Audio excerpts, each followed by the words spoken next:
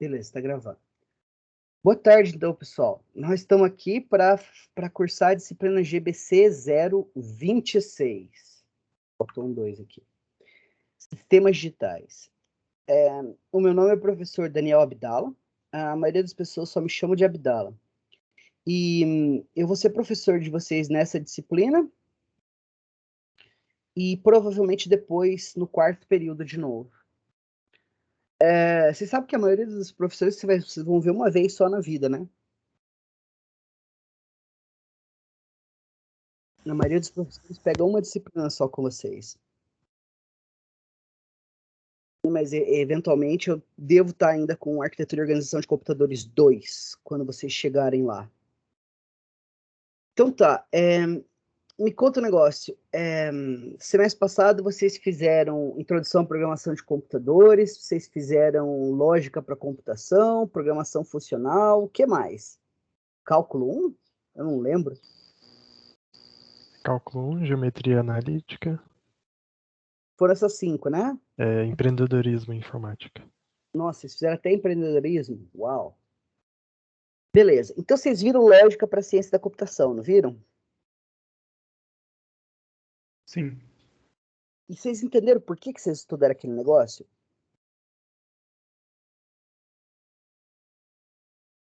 Por que vocês aprenderam lógica?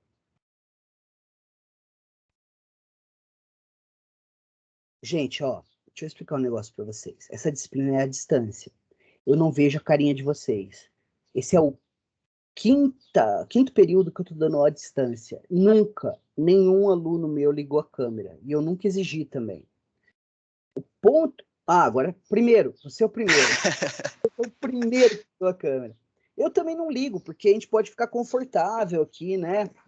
Mas, na realidade, no meu PC nem tem câmera. Para eu usar a câmera, eu tinha que estar no meu notebook. Mas o ponto é que eu preciso que vocês me deem um feedback de alguma forma. Então, vocês precisam falar comigo. Beleza? Então, falem, crianças. Por que vocês estudaram lógica para ciência da computação? Eu ainda não sei. Você ainda não sabe. Vocês viram aquele esquema de lógica de primeira ordem, prova de teorema, não é? Sim.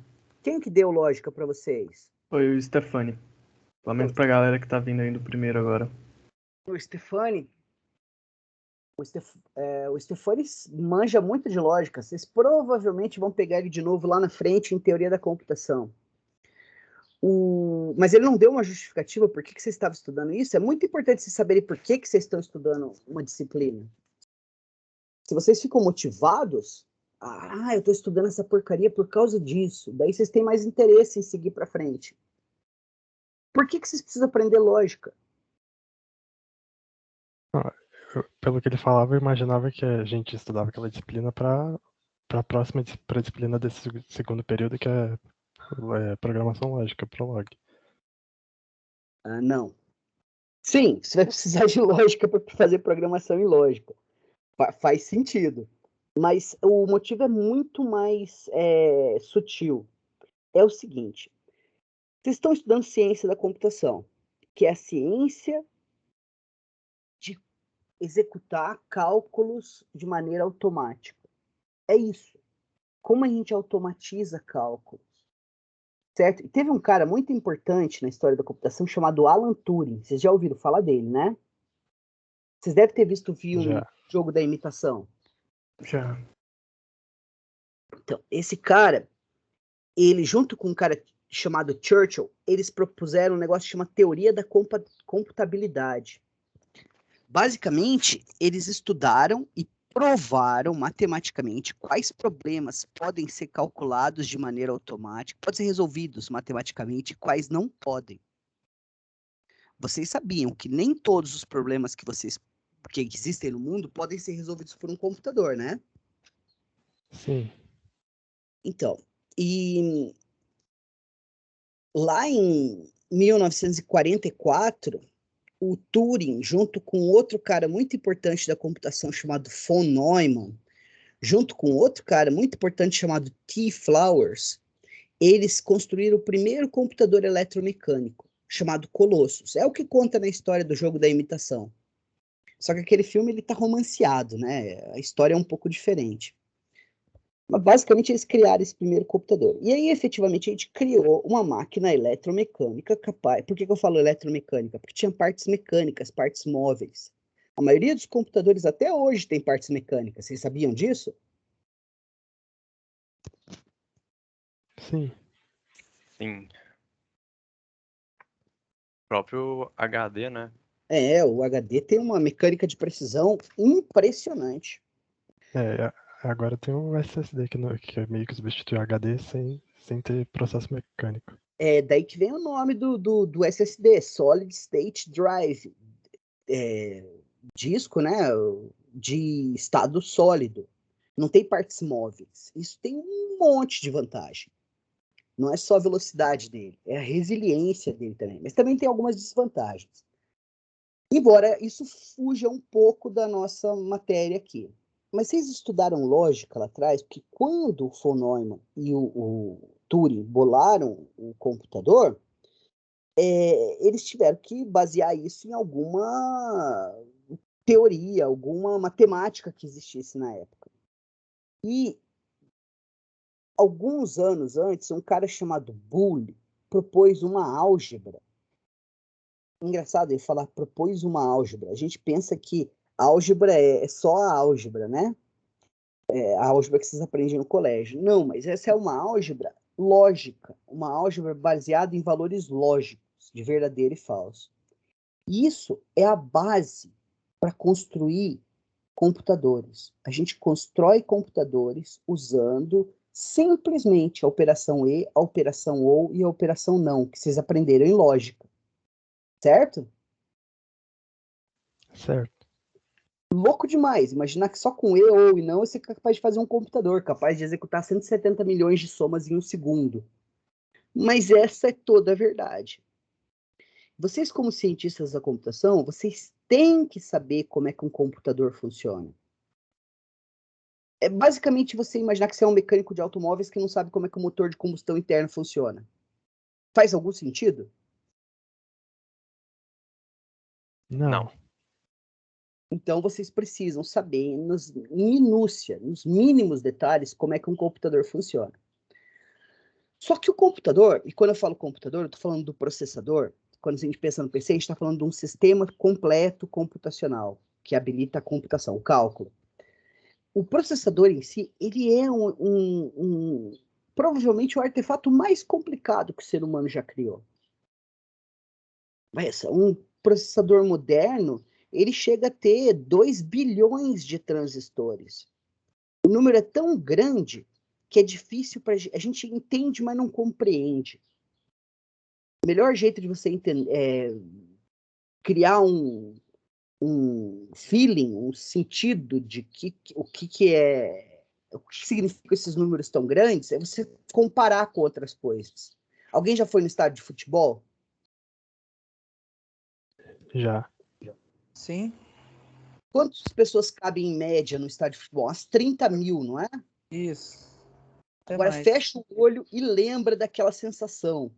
Você está naquele estádio de futebol, aquele mar de gente.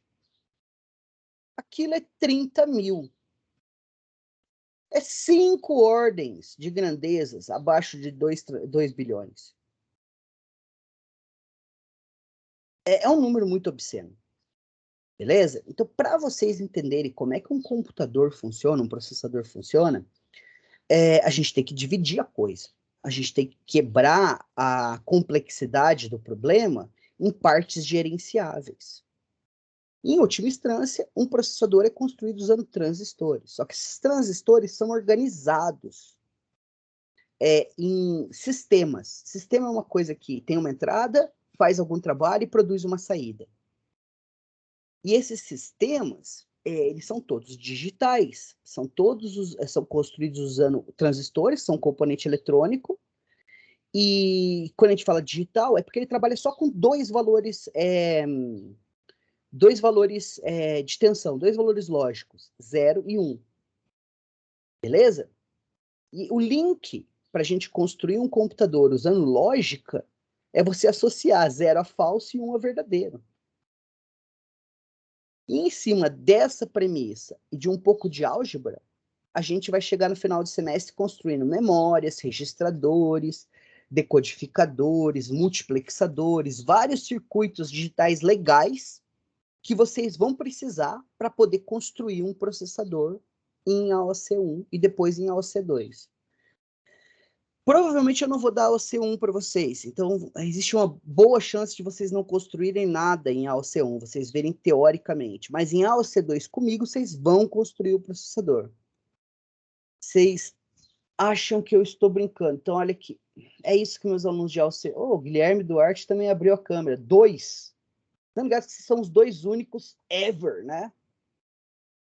Os alunos de AOC2 constroem isso aqui comigo, ó. Isso aqui é um processador.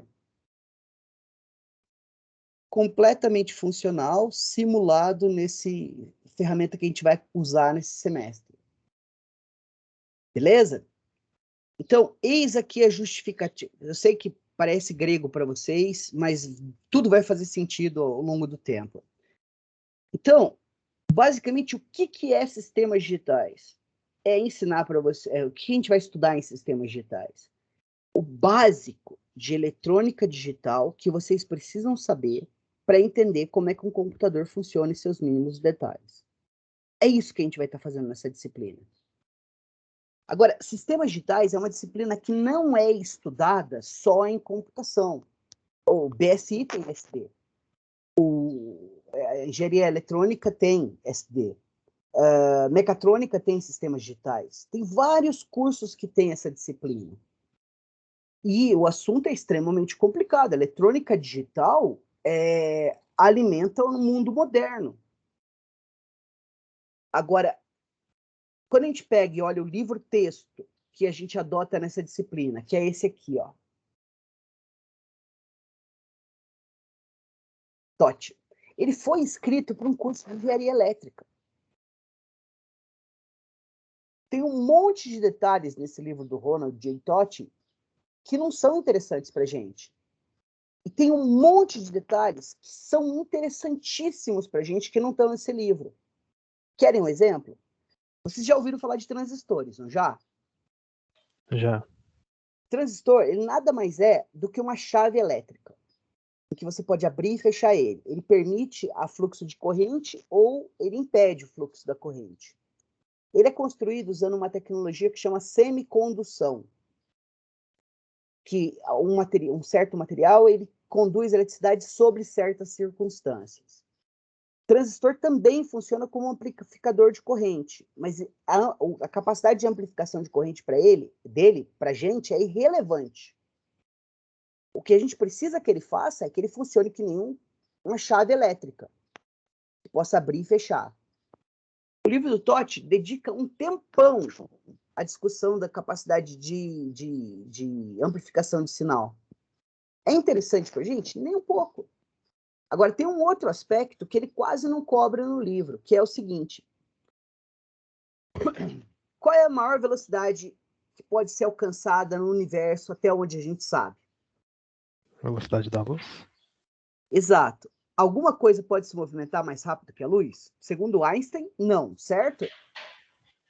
Então, um sinal elétrico, uma corrente elétrica, fluindo por um fio, ele vai ser rápido para burro. Mas concorda que ele vai ter uma velocidade finita? Provavelmente Sim. menor do que a da luz? Muito menor do que a da luz na prática?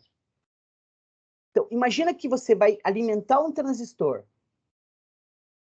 Vocês acham que é instantâneo você colocar uma entrada e o transistor chavear ou não, ou demora um tempo? O que o bom senso diz para vocês? Eu imagino que seja muito rápido. Não, é rápido pra caramba. Mas concorda que deve demorar algum tempo, mesmo que seja um tempo ínfimo? Que a coisa não é instantânea? A gente não está explorando o entrelaçamento quântico nesse caso. Isso é um fenômeno físico. E todo fenômeno físico demora algum tempo. A gente chama esse tempo que um transistor demora para chavear de tempo de chaveamento. Embora ele seja muito pequeno, imagina um processador construído com 2 bilhões de transistores. Quando você soma 2 bilhões de uma coisa infinitamente rápida, acaba ficando lento. O tempo acumula. E esse aspecto é importantíssimo para a gente em computação, porque isso dita um monte de características do computador. Velocidade do clock, a velocidade do clock vai ditar se você vai escolher um circuito mais profundo ou menos profundo, que usa mais transistores ou menos transistores. Tem um outro aspecto que é importantíssimo em computação moderna, que é, toda vez que um transistor chaveia, parte da corrente elétrica que flui por ele se dissipa sob a forma de calor. A gente chama essa dissipação de calor de corrente de fuga. Obviamente, um transistor nanométrico, os transistores hoje em dia têm em média de 5 a 9 nanômetros, embora a gente tenha conseguido já construir transistores de 2 nanômetros. Não esperem que fique muito menor que isso, porque 2 nanômetros é menos de 80 átomos de silício um do lado do outro. É muito pequeno, certo? Então, esse calor gerado pelo processo de chaveamento, ele se acumula. E duas coisas muito ruins acontecem por causa desse calor. Uma primeira é que o dispositivo esquenta. E ele pode esquentar de tal forma que ele pode até se tornar inoperante. Ele pode queimar, fundir na realidade. O negócio derrete. E a segunda coisa é que energia que vira calor é energia desperdiçada. Agora, vivendo numa realidade de computação móvel, como a gente vive hoje, dissipação de calor é um problemão. Consumo de energia é um problemão. O que mais irrita vocês no celular? Não é quando você precisa dele e ele está sem bateria? Ou viver carregando aquele tijolo de bateria no bolso, na mochila? A autonomia da nossa fonte móvel de energia é muito importante. E um grande consumidor de energia no dispositivo móvel é o processador. Isso não é tratado nesse livro. Então, meu objetivo com sistemas digitais, nessa disciplina, é ensinar para vocês sistemas digitais sobre a ótica de habilitar vocês a entenderem e construírem um processador. Não vou querer que vocês aprendam amplificadores operacionais e saiam fazendo circuitos elétricos aí. Não, vocês não precisam disso. Vocês aprendem sistemas digitais para entender como é que o processador funciona. Beleza?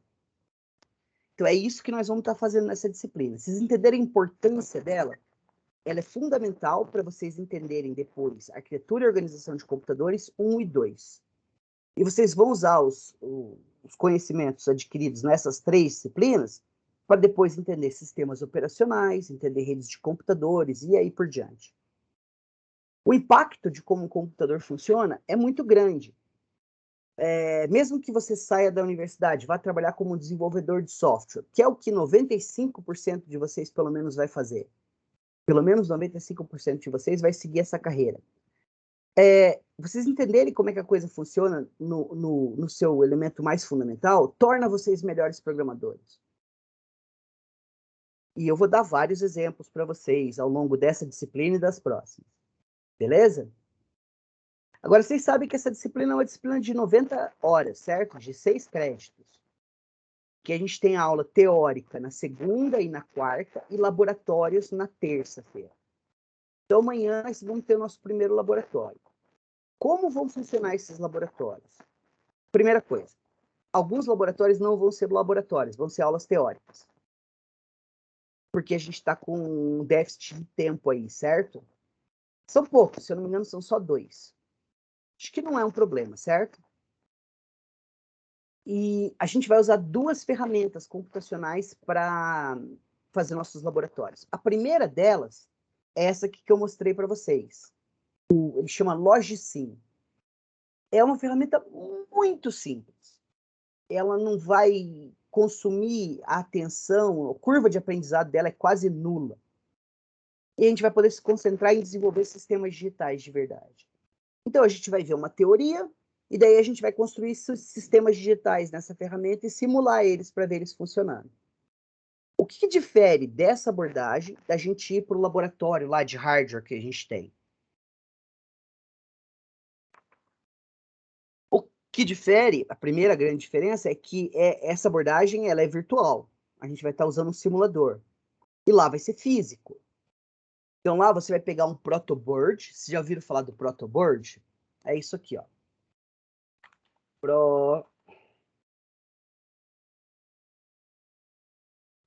Nossa, eu tô analfabeto hoje. Isso é um protoboard. É exatamente esse que a gente tem no laboratório. E, tipo assim, é divertido meter a mão na massa. E tá vendo que tem um monte de buraquinho? Você ia plugar aqui os componentes elétricos. Normalmente seriam circuitos integrados. Cada um tem 4 portas lógicas. Vocês vão aprender o que é isso depois, comigo aqui ainda. E aí você tem que alimentar ele, aterrar ele e pôr fiozinhos para ligar as entradas e saídas. Os fiozinhos quebram dentro desses buraquinhos, gerando curtos-circuitos. Quanto maior fica seu sistema, maior a chance de um fio estar mal conectado, de ter um fiozinho quebrado ali dentro. Quando eu aprendi eletrônica digital, eu aprendi desse jeito. E eu vou dizer um negócio para você. Às vezes a gente passava horas para descobrir um fio quebrado, ou um fio mal encapado, um fio mal conectado. É bem pouco produtivo. Tem um outro problema. Cada circuito integrado, deixa eu mostrar para vocês os circuitos integrados que a gente usaria.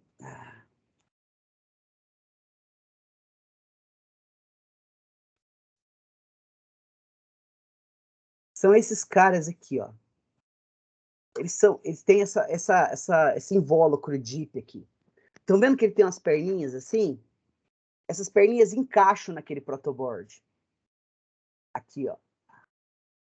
Você encaixa ele como se ele fosse uma peça de Lego. E aí as linhas ficam todas conectadas. É que nem montar Lego, cara. Beleza? Cada um desses aqui, normalmente tem 7 ou 8 perninhas. Esse aqui tem 8. Essa perninha aqui, ó, é onde você coloca a alimentação. Essa perninha aqui é onde você aterra. E aí você vai ligando os fiozinhos para criar os circuitos elétricos. Beleza? Essa abordagem ela é pouco produtiva. Imagina que cada CI desses tem 4 portas lógicas. Aquele circuito que eu mostrei para vocês, desculpa, esse aqui, sabe quantas portas lógicas tem aqui? Aproximadamente 1 milhão. Quantos protoboards a gente precisaria? Quantos fios a gente precisaria? Daria para fazer isso no nosso tempo de vida útil? Não dá. O problema de você montar eletrônica digital usando o protoboard é que ela não é escalável. Você não consegue construir nada complexo. Uma vez, eu estava no colégio ainda, eu devia ter uns 15 anos. A gente recebeu um trabalho em que a gente devia construir um relógio digital, usando protoboards. A gente usou 8 protoboards. 8, um do lado do outro, para caber todos os 6. Para fazer um relógio digital, cara. Esse negócio você tem, ninguém nem mais tem no pulso, né? Porque todo mundo usa celular só. Então, não é escalável. Por isso que eu acho que não tem uma perda didática considerável para vocês. Eu acho que não tem uma perda nenhuma. Tá? Aí você fala assim para mim, tá, professor, mas como é que a gente constrói circuitos digitais hoje em dia de verdade?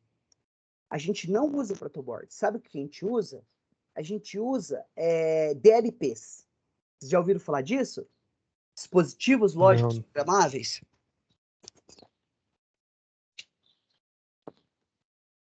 Um DLP é um circuito integrado, tipo aquele que eu mostrei para vocês, só que maior, parece um processador.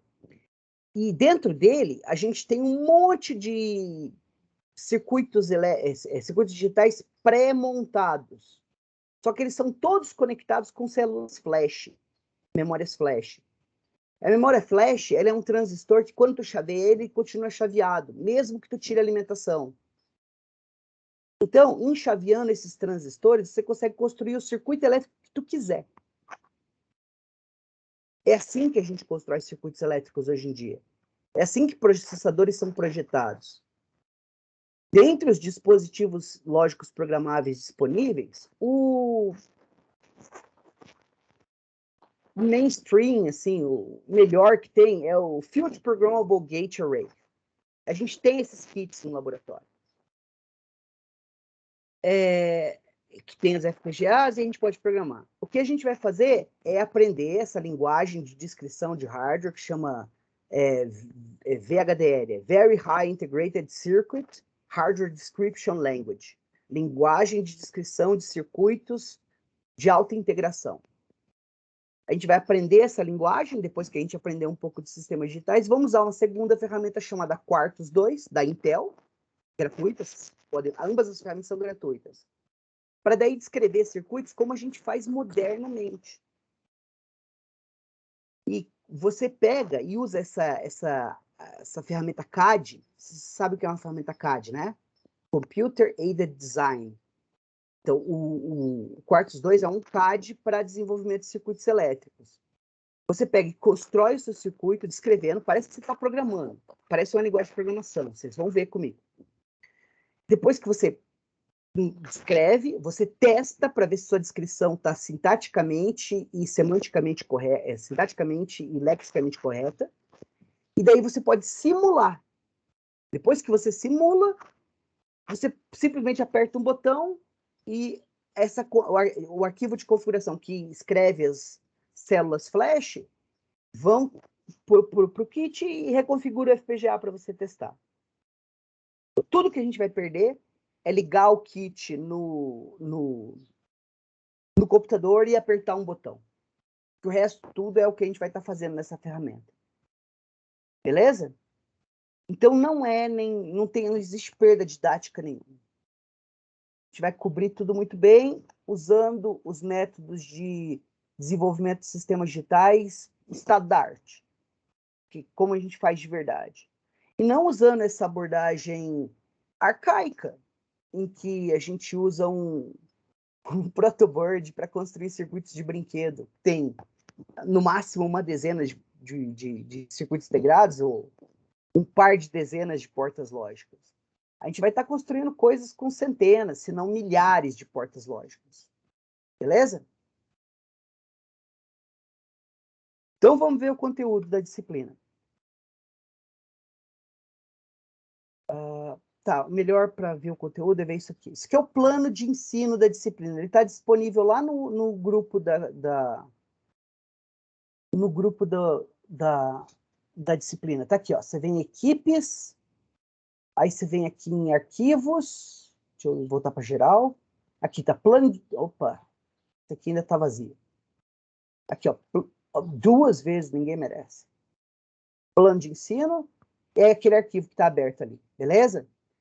O plano de ensino tem as regras do jogo, como é que a disciplina vai correr. O que eu tenho que cobrir com vocês, regularmente, é o que está na ementa. Esse conteúdo aqui está discriminado aula a aula aqui. É o que a gente vai ver. Então, essas primeiras 6 aulas aqui são do registro tardio da turma. Então, a gente começou aqui dia 13, ó. Então, a gente vai ver a introdução aos sistemas digitais. Meu objetivo aqui é motivar vocês de por que vocês devem estudar esse negócio. Aí, amanhã, eu vou apresentar para vocês essas 2 ferramentas que eu comentei agora. E aí, na quarta-feira, a gente vai estar vendo as primeiras portas lógicas, as operações fundamentais e compostas. Beleza? Semana que vem, a gente começa a ver essa álgebra lógica que eu falei com vocês. Fiquem tranquilos, ela é palatável. E daí, a gente vai pegar, e já no dia 21, como presente de Natal para vocês, a gente começa a fazer nosso primeiro circuito elétrico já no Logicim, né? Que é essa ferramenta aqui, ó. A princípio vai ser uma coisa bem simples, mas depois eles vão ficando incrementalmente mais complicados, tá? Depois a gente vai ver como é que a gente compõe portas lógicas para criar circuitos lógicos. A gente vai entender o conceito de tabelas verdades e funções booleanas. Daí a gente vai para o Natal, vão receber julgamento para ver se vocês foram bons meninos ou não. E dia 5 de janeiro nós estamos de volta cobrindo mais álgebra de Boolean. Daí a gente vai ver essa álgebra de Boolean, a gente vai ver o que são produtos canônicos, o que é soma de produtos, produto de somas. Parece tudo bobinho, né? Mas isso aqui é a base para um computador decodificar uma instrução. Ele pega uma sequência de zeros e uns e ele tem que interpretar aquilo como sendo uma soma, uma subtração, mover um dado da memória para o processador e assim por diante. E a gente precisa desses produtos canônicos, porque é isso que vai habilitar a gente fazer isso aqui, ó. Códigos binários. E a linguagem de computador, o código de máquina é um código binário. E a gente constrói códigos binários usando esses produtos canônicos. Então, a gente vai estudar isso aqui, é bem simplesinho.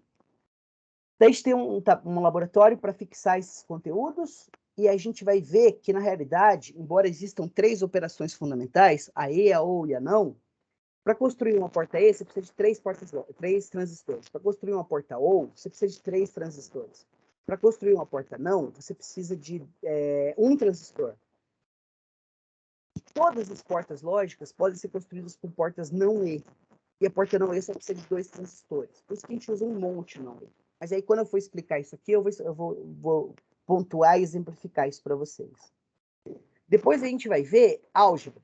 Como que a gente pega uma expressão booleana representando um circuito e simplifica ela? Isso é importante, porque quando você cria um circuito elétrico, usando portas lógicas, e aí você segue a tua lógica e ele é garantidamente o menor circuito que você pode construir? Não necessariamente. Tem como você garantir? Tem. Isso é importante porque ele vai ocupar menos transistores, consome menos energia, dissipa menos calor, ocupa menos espaço. Então, a gente precisa saber simplificar. E tem vários jeitos de simplificar. Esse é só o primeiro deles que a gente vai ver. Depois a gente vai ver essa ideia de circuitos equivalentes, 2 circuitos fazendo a mesma coisa. Aí a gente vai ver um segundo método de simplificação de circuitos, que são os mapas de Weil e Carnot. Esse método, ele é bom para circuitos que têm até 4 entradas. Mais do que isso, ele fica muito complicado. E daí eu vou comentar com vocês uma terceira forma e uma quarta forma de simplificar circuitos. Essas formas não vão ser cobertas em detalhes na disciplina, porque elas seriam cobertas em detalhes numa disciplina de pós-graduação específica sobre isso. Mas é basicamente um algoritmo. Daí, pessoal, a gente começou a construir a nossa lógica digital. Só que agora a gente vai querer usar isso para construir pedaços úteis para um processador. E esses pedaços úteis para o processador são os circuitos aritméticos. Um circuito capaz de somar 2 números. Mas calma lá. Para construir um circuito capaz de somar 2 números, eu primeiro preciso saber como é que eu vou representar esses números do computador. Então, a gente vai revisar como é que sistemas numéricos posicionais funcionam. O sistema decimal é um sistema numérico posicional, mas ele não é o único. Tem pelo menos outros 2 que são muito importantes para a gente, o binário e o hexadecimal. E daí eu vou bater em vocês até não querer mais, até vocês aprenderem esses negócios. Bem, porque vocês vão usar para o resto da faculdade. Beleza? Daí no laboratório do dia 25/1, a gente vai começar a ver como é que a gente descreve um circuito usando essa linguagem de descrição de circuitos, o VHDL. E aí vamos fazer um laboratório que já vai estar usando o Quartus 2. Depois, a gente vai cobrir como que eu represento um número real no computador. Números reais são problematicíssimos. Vocês sabem por quê? Vocês aprenderam números reais em IPC, não aprenderam? Gente, vocês estão desconfortáveis, vocês podem desligar a câmera, tá? Tá tranquilo para mim. Você declarava um número real em C usando o float, não era? Então, o float no C, ou double, né? A diferença é que float é 32 bits e double 64, né? Então, o ponto é o seguinte, nem sempre números reais foram descritos assim. Desculpa, gente. Eu tenho que ficar com o telefone ligado por causa dos meus meninos. E aí ele gosta de tocar bem na hora que eu tô dando aula. Mas eu vou colocar no... Pronto, transformei ele num vibrador. Pronto. Nem sempre nos números reais foram representados do jeito que a gente representa hoje. O que a gente usa hoje para representar é uma uma variante daquele sistema notação científica que vocês aprenderam no colégio. Lembra a notação científica? Que você transformava o número, deslocava as casas para a esquerda ou para a direita, de modo que ficasse só um número, só um dígito à esquerda, vírgula, todas as frações, vezes 10 a potência que tu quer. Então, é uma variante disso. E tem um padrão que define isso. O padrão é o I3E754. A gente vai aprender esse padrão e vai ver como é que a gente representa números reais usando no ambiente de eletrônica digital. E a gente vai entender também as limitações dessa representação. Porque os números reais, vocês conhecem aquele teorema da divisibilidade? Que você pega dois números reais e você tem infinitos números reais dentro deles, entre eles. Quantos números reais existem entre o número 1.0 e 2.0? Infinitos, certo? Porque se você pegar dois números, você sempre pode encontrar o número que existe na metade deles. E aí só vai se tornar um número menor, mas vai continuar sendo um número válido. Como o computador é uma máquina finita, a gente vai precisar ter um número finito de elementos para representar os números. Eu tenho um número finito de bits para representar um número que é potencialmente infinito. Logo, existe um problemão aí. O problemão é que tem números que não são representáveis. E é assim que o computador funciona hoje. Tem números que simplesmente não são representáveis.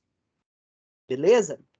Daí a gente vai aprender, a gente vai ter uma aula sobre como pegar uma descrição de um problema e transformar isso num circuito digital. Isso é importante, porque lá em AOC, vocês vão, a gente vai aprender um negócio que chama, isso que eu acabei de dar aula disso, à 1h da tarde. Como é que é o nome do negócio?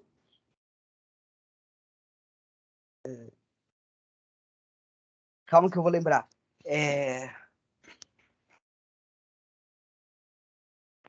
Eu tô com o VHDL na cabeça agora. Eu troquei a engrenagem da coisa. Instructions. ISA, Instruction Set Architecture. Arquitetura do conjunto de instruções. Isso que define a arquitetura de um computador. Existem várias. Não existe só a arquitetura x86 que a gente usa no PC. O celular de vocês usa a arquitetura ARM. Beleza? Essa descrição, ela dita como é que um processador deve funcionar, não como construir ele. Então, eu tenho que ser capaz de pegar uma descrição de um problema, descrição de como uma linguagem, de como um processador deve funcionar e transformar isso em circuitos digitais. Por isso que essa aula é tão importante. Essa é uma aula que vocês não podem perder, tá? Daí a gente vai ver como é que a gente vai ter um laboratório de como que a gente descreve funções lógicas em VHDL. E VHDL tem dois formatos, tem estrutural e descritivo. Um parece muito com montar um circuito digital. Outro parece muito com programar um programa em computador. O estrutural parece com montar um circuito digital. O descritivo parece com um programa de computador. É lógico. E aí eu vou mostrar para vocês os prós e os contras deles. Quando você precisa de controle muito detalhado do que tu está fazendo, tu vai para o estrutural. Quando tu quer ter produtividade, quer descrever rápido um problema grande e não está muito preocupado com o desempenho, você vai para o descritivo. Aí eu vou mostrar para vocês os prós e os contras nesse laboratório. Daí, a gente vai ver como é que a gente faz aritmética em binário. A gente vai gastar uma aula inteira reaprendendo a fazer conta de soma e subtração, só que em vez de usar números decimais, a gente vai usar números binários. Depois a gente vai fazer a mesma coisa com multiplicação. Em seguida, a gente vai pegar e construir os circuitos aritméticos de soma e subtração no laboratório. Daí a gente vai ter uma aula de dúvida e vamos fazer a primeira prova. Depois eu falo da avaliação. Depois da primeira prova, a gente vai ter vista, correção da prova e vai começar o códigos binários, que a gente vai precisar para descrever a linguagem de um processador. Depois a gente vai aprender a usar a lógica digital para fazer circuitos muito importantes, que comparam dois números, que convertem códigos de um código para o outro. Tudo isso muito importante para o processador. E daí a gente vai aprender uma classe de circuitos digitais muito importantes, chamado multiplexadores e demultiplexadores. Esses caras, eles são seletores de canais. É assim que é descrito na eletrônica. Na prática, eles funcionam que nem um if. Eles te permitem direcionar. Sabe, Quando eu fecho o olho e penso em multiplexadores, eu penso em estações de comutação de trem. Como é que você consegue controlar quando o trem vai para um lado ou para o outro? É isso que o multiplexador faz. Ele direciona o fluxo de informação, eletricidade, para um canto ou outro a seu bel prazer. Daí a gente vai aprender a construir circuitos que testam circuitos em VHDL. É isso que são test banks. Em seguida, a gente vai ver o conceito de latch e flip-flop. Esses caras escrevem como é que a gente consegue construir, usando só transistores, células de memória. Daí a gente vai ter um laboratório, que a gente vai montar um somador e um subtrator, e vamos construir um circuito que testa o nosso somador e subtrator. Daí a gente vai usar esses latches e flip-flops para construir dois circuitos muito importantes. Um circuito capaz de contar e um circuito capaz de armazenar informação. Daí a gente vai essa aula aqui, ó, circuitos sequenciais assíncronos. Isso aqui é a mesma coisa que isso aqui, ó, circuitos combinacionais a partir de descrição de problemas. É uma versão bombada dessa aula, em que a gente inclui também células de memória. Daí a gente vai ter um lab de multiplexação e demultiplexação de canais, e a gente vai aprender a construir máquinas de estados finitos. Isso é muito legal. Basicamente, isso é como é que você cria um algoritmo em hardware. Porque, eu não lembro quem foi, mas teve um cara famoso da computação que falou o seguinte, que hardware é software petrificado. Software é hardware liquidificado. Basicamente, é isso. A gente vai aprender a construir um algoritmo usando só hardware. E a gente faz isso hoje? Faz. Uma das minhas linhas de pesquisa é fazer exatamente isso. Para explorar paralelismo, para explorar densidade de circuitos. A gente discute isso lá depois. Depois, eu tenho que falar para vocês de famílias de circuitos lógicos. Existe um monte de família, de jeito que você pode construir circuito lógico. Não existe só um tipo de transistor. O mais comum é o MOS, mas tem o ETL, tem vários outros formatos. O TTL. Eu vou falar deles historicamente e falar por que a gente usa o CMOS hoje. Tá? Essa aula, ela é informativa, é curiosa, é divertida, porque é histórica, mas ela não vai ser cobrada em nenhuma avaliação. Daí a gente vai ter um lab para construir máquinas de estados finitos. Quando vocês construírem a sua primeira máquina de estados finitos, vocês estão preparados para construir um processador. E aí terminou a nossa disciplina. A gente vai ter uma aula de dúvidas, exercícios, a segunda prova, vamos fazer à vista. Quem não tiver atingido o conceito pode fazer um trabalho até em um dia e apresentar o trabalho no dia seguinte para recuperar a nota. Beleza? Esse é o conteúdo da nossa disciplina. Até aqui, vocês têm alguma pergunta? Não, Parece por mim Não, tá não, tranquilo. professor. Parece muito macabro ou vocês acham que vai dar para a gente se divertir bastante aqui?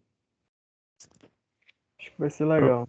Eu acho que é uma das disciplinas mais interessantes até agora. Ó, o negócio é o seguinte, pessoal.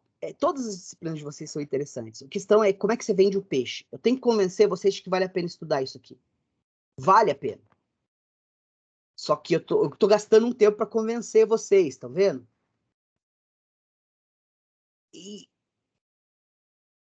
Mas é alienígena, cara. É Eu acho que extremamente alienígena. a maioria dos professores não faz questão de fazer isso.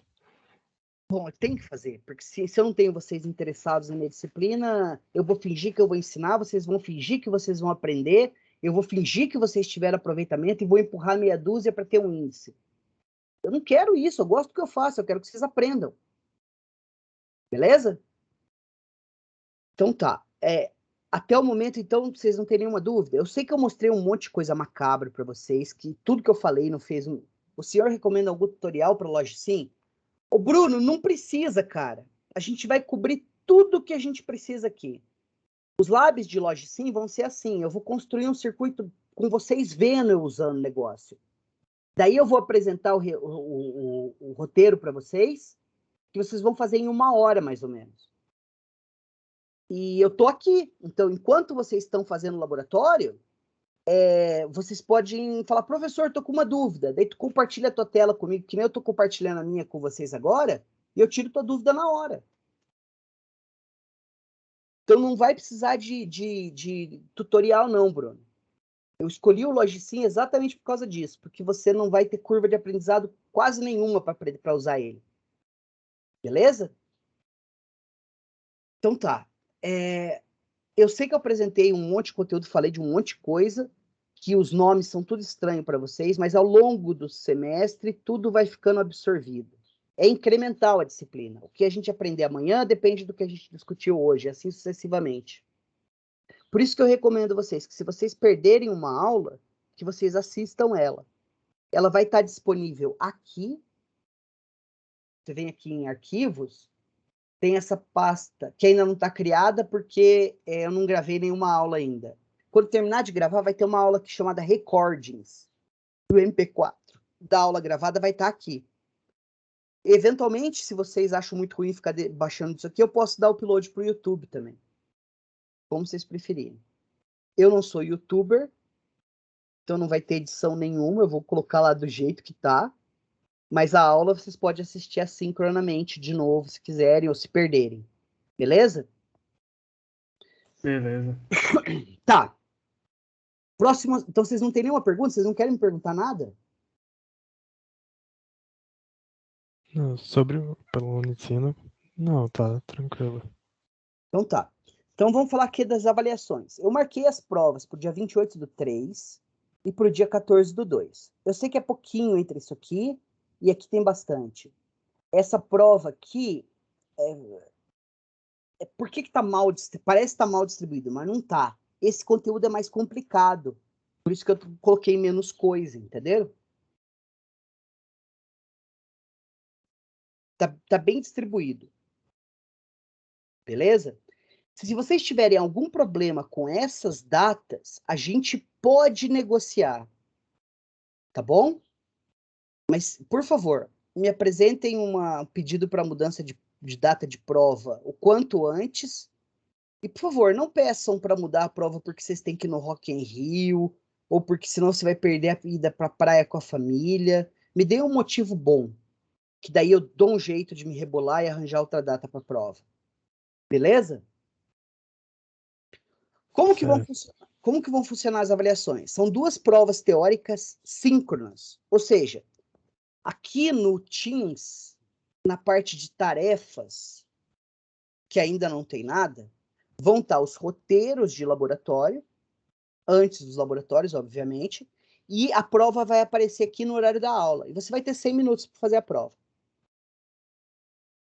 Beleza? A prova é um questionário que tem múltipla escolha, mas você vai ter que fazer cálculo, montar circuito, montar expressão para chegar à resposta. Beleza? Eu embaralho elas para tornar a vida de vocês um pouco mais complicada, não na hora de responder se você estiver fazendo sozinho, mas é porque eu sei como é que vocês funcionam. Por exemplo, o pessoal de AOC porque eu já dei 4 vezes AOC à distância, 5 vezes. Eles criam todo semestre um grupo no WhatsApp chamado AOC Boladão e fazem a prova todo mundo junto. Então, eu sei como é que vocês funcionam, mas é tranquilo, dá tempo tranquilo de fazer a prova. Cada avaliação vale 45% do conceito final. A prova vale de 0 a 100, depois que você tiver sua nota, eu multiplico ela por 0,45, beleza? O corpo total de relatórios vale 10%. Então, o relatório vale de 0 a 100, eu somo tudo, divido pelo número de relatórios e multiplico por 0,1. Somo isso, dá seu conceito final. Adicionalmente, rolam subornos ao longo do semestre. Como é que funciona esse suborno? A única coisa que eu posso subornar a vocês é com ponto, não é? Então, quando eu quiser que vocês façam um trabalho extra para mim, para vocês fixarem o conteúdo, eu falo assim, olha, faz isso aí, vale um ponto extra na média. E aí vira uma tarefa aqui no Teams também. Beleza? Vai aparecer aqui. Daí vocês fazem ponto extra. Em geral vai uns 6, 7 pontos extra. Então o semestre deve valer uns 107. Beleza?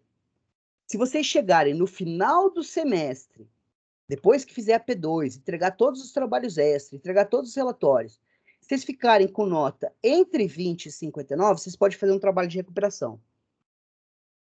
Quando que a gente vai ter certeza que vocês ficaram de recuperação? Dia 29. E, infelizmente, só tem até o dia 30 para fazer o trabalho. Eu sei que é pouco tempo, mas o semestre está apertado. Beleza? Com relação a essas coisas, vocês têm alguma dúvida? Nenhuma. Tá. Não, Fala. Os relatórios, eles vão ser muito grandes, muito extensos, ou vai ser um relatório mais resumido? Não, mano. O laboratório é para você fixar um conteúdo. Eu tenho menos laboratórios do que eu queria. A má qualidade da rede. Vocês estão me escutando bem? Sim. Sim. Tranquilo. Então, basicamente, esses laboratórios são todos para fixar os conteúdos e para ensinar para vocês como é que circuitos eletrônicos modernos são construídos. É muito conteúdo. Então, eu não vou conseguir fixar o conteúdo que a gente viu teórico em todos os laboratórios. E aí, no meio desses laboratórios, eu dou esses trabalhos extra para vocês para fixar um conteúdo que não vou cobrir em laboratório. Entenderam a ideia? E aí eu suborno vocês com aquele ponto. Mas esses laboratórios, eles são curtos. Constrói um circuito, simplifica, monta uma descrição em VHDL, e daí tu vai gerar um arquivinho aí no teu computador e dá o upload para mim. Nada que ocupe mais que 2 páginas. Não, então tá tranquilo. Tava com medo de ser uns relatóriozão da vida. Tô de boa. Não, mano. Fica tranquilo. Fica tranquilo que... Cara, o importante é o seguinte. Meio que eu motivei vocês porque vocês têm que aprender isso aqui. Motivei? Meu objetivo não é Sim. ferrar vocês ou pegar vocês com pegadinha. É que vocês aprendam essa porcaria. Então, tentem se divertir enquanto a gente está fazendo isso. Esse foi a minha abordagem durante toda a minha carreira acadêmica, durante todo o tempo que eu estudei. Eu gostava do que eu estudava e eu me divertia aprendendo. Funcionou muito bem para mim, muito bem. Então, é um bom conselho que eu dou para vocês. Não encarem a disciplina como um castigo ou como uma coisa que vocês têm que fazer para atingir um objetivo futuro, que é o diploma. Porque eu vou dizer um negócio para vocês, se ninguém disse até agora, que a verdade esteja aí fora. O diploma em ciência da computação não serve para absolutamente nada. Vocês sabiam disso, né? Você pode ter um diploma da melhor universidade do mundo. Os caras não vão te contratar em relação ao seu diploma. Eles vão te contratar única e exclusivamente porque tem falta de mão de obra na nossa área. E você vai conseguir um emprego bom pra caramba se você for bom. O diploma não conta nessa história. Tanto que a profissão de vocês não é nem regulamentada. Vocês sabem, né? Que vocês não têm um órgão que regulamenta a profissão de vocês. Que qualquer Joãozinho aí pode fazer um programa e assinar ele e vender sem problema nenhum. Imagina se a arquitetura fosse assim. Ou construção civil. E computação mata muito mais que construção civil. Mas a gente não mata diretamente, a gente mata indiretamente. Mas isso é uma conversa para outro dia. É absurdo a nossa profissão não ser regulamentada. Mas se regulamentassem, o mundo parava. Então, é como é, vocês não precisam de diploma para nada. Então, vocês estão fazendo essas disciplinas para aprender. Divirtam-se. Meu objetivo não é tornar a vida de vocês difícil, é facilitar o aprendizado. Só que vocês precisam ser meus parceiros na história. Vocês precisam dedicar um tempo aí. Beleza? Tá. Agora, a única parte chata mesmo é isso aqui. Frequência. Se dependesse de mim, pessoal, eu não fazia chamada nada. Eu acho que um dos pré-requisitos para você ser um bom cientista da computação é você ser autodidata. E por mais que eu me esforce em tornar a vida de vocês divertida e interessante, vocês podem não ir com a minha cara. Vocês estão no direito e sempre tem gente que não vai com a minha cara. Como tem professor que vocês gostam e professor que vocês não gostam. É normal. O professor não devia estar associado à disciplina. Você tem que aprender o conteúdo. O professor é um facilitador. Se eu não estou facilitando para você, você não devia ter que encarar minha cara. É assim que eu penso. Infelizmente, a gente tem um negócio que chama normas de graduação.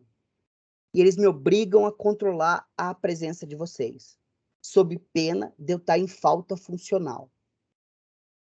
Falta funcional é eu não estar cumprindo minhas obrigações. Então, como é que eu vou controlar as presenças de vocês? De um jeito muito rígido. Só um minuto.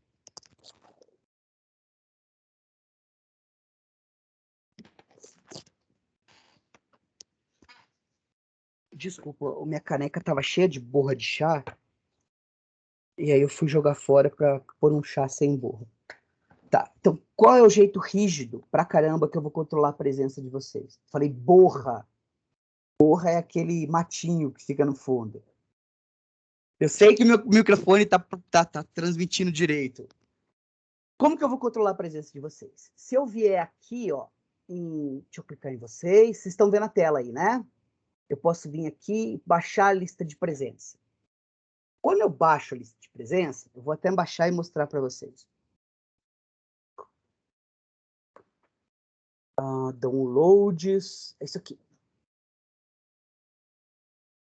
Esse é um arquivo texto que lista todo mundo que entrou nessa videoconferência.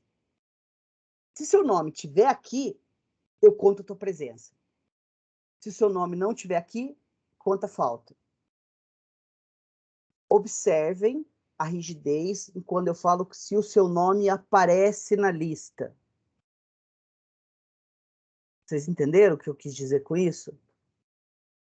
Se você olhar o arquivo, tem uns timestamp que eu completamente ignoro. Vocês entenderam o que eu quis dizer? Eu preciso falar mais detalhadamente como vai ser rígido esse controle de faltas? Tá, Entendi, agora professor. eu vou mostrar outro segredo para vocês. Vocês têm o Teams no celular.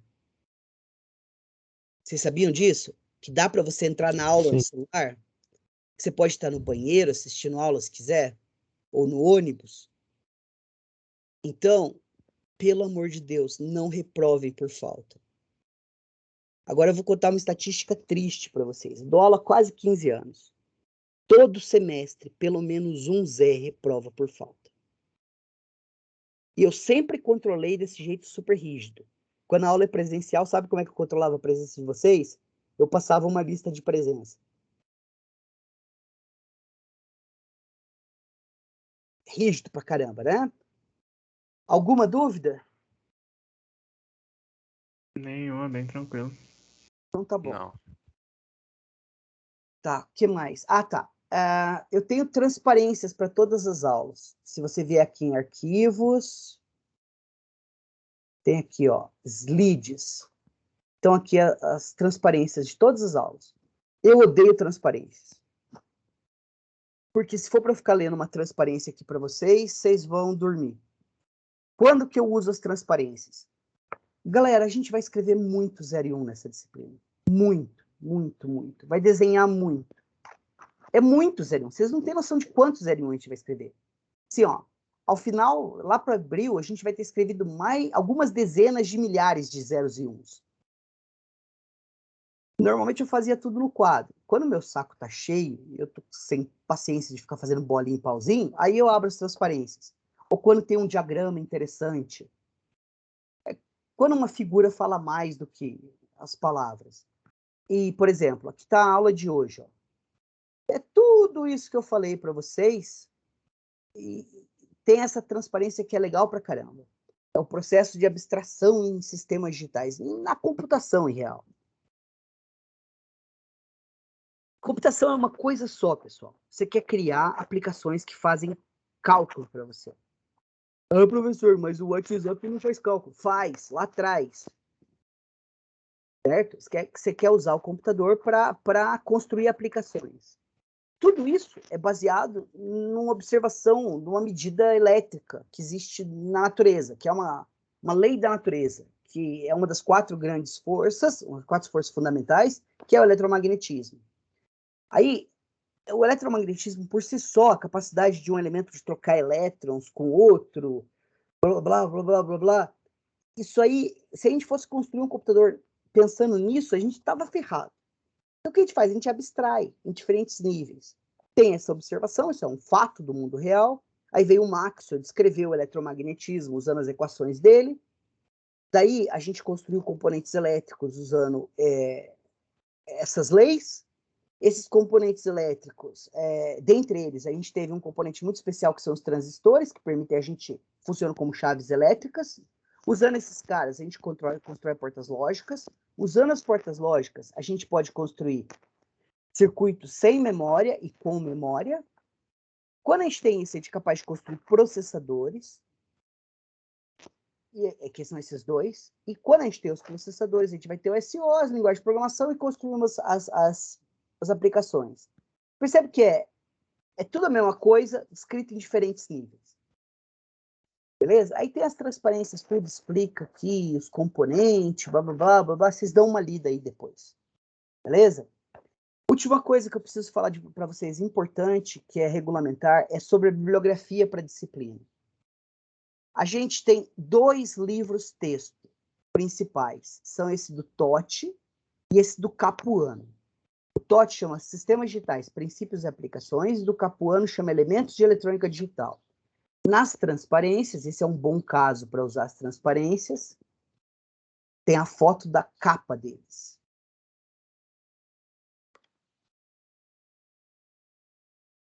São esses caras. Vocês já viram os livros do Dayton? Aquele Java, como programar, C, como programar. Vocês já viram esses livros? Já. Então, os sistemas digitais do Totti é tipo esse negócio. 10.000 páginas para dizer uma coisa que você podia dizer em 2 linhas. O livro do Capuano, ele é um livro técnico, foi escrito por engenheiro. Ele é direto ao ponto. Pra você ter uma ideia, minha cópia do livro do Capuano tem... Eu tô com 41. Eu ganhei ela com 42. Eu ganhei ela com 13. Minha cópia tem 29 anos. E eu ganhei ela usada. Eu ganhei de um primo meu, que já tinha uns 5 anos com ele. O meu livro tem 34 anos. E a minha cópia. E ainda assim é o melhor livro de sistemas digitais que tem. Beleza? Então, esse cara aqui é direto ao ponto. Esse cara aqui é muito mais cheio de firula. Mas ambos são bons. Esse livro do Garcia, eu honestamente não gosto. Essa literatura complementar, galera, esse do Friedman é bom, mas ele é bem técnico e ele é para engenheiro elétrico. Embora seja impresso pela Computer Science Press. Beleza? E um outro livro que eu gosto muito não está aqui.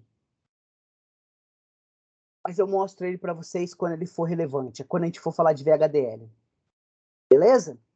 Então, sistema de avaliação, bibliografia, controle de presença, conteúdo programático. Alguém tem alguma pergunta?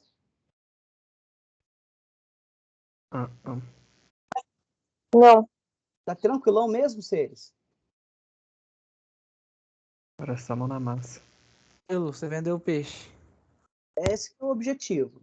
Agora, então, amanhã, a aula vai ser bem sussu. Eu vou mostrar para vocês as ferramentas que a gente vai usar e a gente vai começar a construir. Eu vou mostrar as portas lógicas para vocês e eu vou traçar um link delas com lógica para a ciência da computação que vocês viram no semestre passado. Daí, essa aula aqui de portas lógicas, a gente vai poder fazer um monte de exercício, porque parte desse conteúdo já vai estar coberto. Beleza? Combinado. Mas amanhã não tem roteiro. Mas, de novo, pessoal, não é porque não tem roteiro, vocês não têm que entregar nada, porque, pô, pelo amor de Deus, se eu passar um roteiro com quase nada visto, vai ser um roteiro para inglês ver. Embora não tenha avaliação no dia 14, ainda é uma aula legal, porque a gente vai começar a introduzir as portas lógicas e vai ter esse link com lógica para a ciência da computação. Então, não percam, por favor. Beleza? Beleza. Então tá, seres. Vocês não têm perguntas, eu não tenho o que dizer. Vocês vão querer as aulas no YouTube? Como é que vai ser? Ou só aqui no Recordings, no Teams, tá bom? Eu consigo acessar as aulas aqui no Teams normalmente. Eu também, no Teams. Tá, é o seguinte, elas vão estar salvas no Teams. Se alguém tiver algum problema, me avisa que eu crio um canal no YouTube, um grupo, uma playlist lá no YouTube.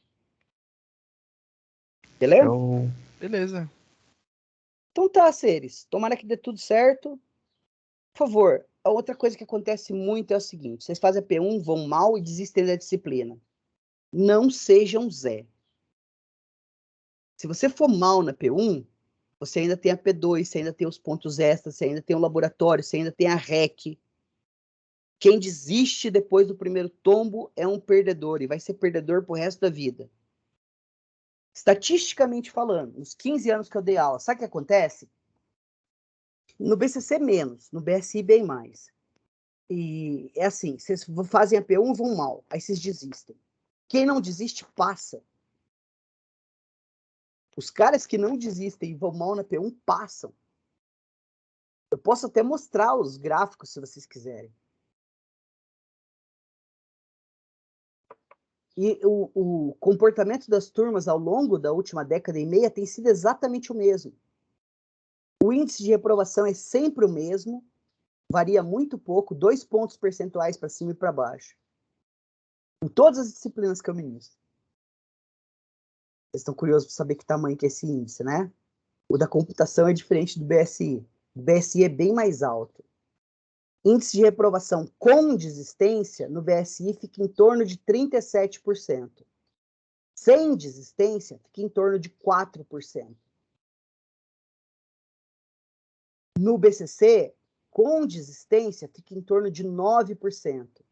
Sem desistência, fica em torno de 2%. Que olho arregalado é esse, Daniel? Pô, baixão. Gente, eu não tô aqui para ferrar a vida de vocês, tô aqui para ensinar. Por isso que colar comigo é uma besteira desgraçada. Eu não tô nem aí se você vai passar com 60 ou com 100. Eu tô preocupado se você tá aprendendo ou não. Por isso que eu vou pegar vocês assim, por exemplo, o Adalberto, está aí, meu filho?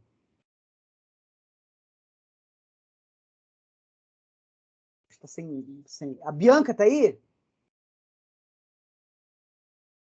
Tá rolando umas. O Adalberto tá comentando aí no chat. Adalberto, tudo tranquilo? Consegui vender o peixe para você?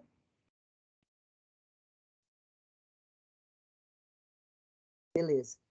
Eu volta e meia eu vou escolher um assim e perguntar alguma coisa da disciplina.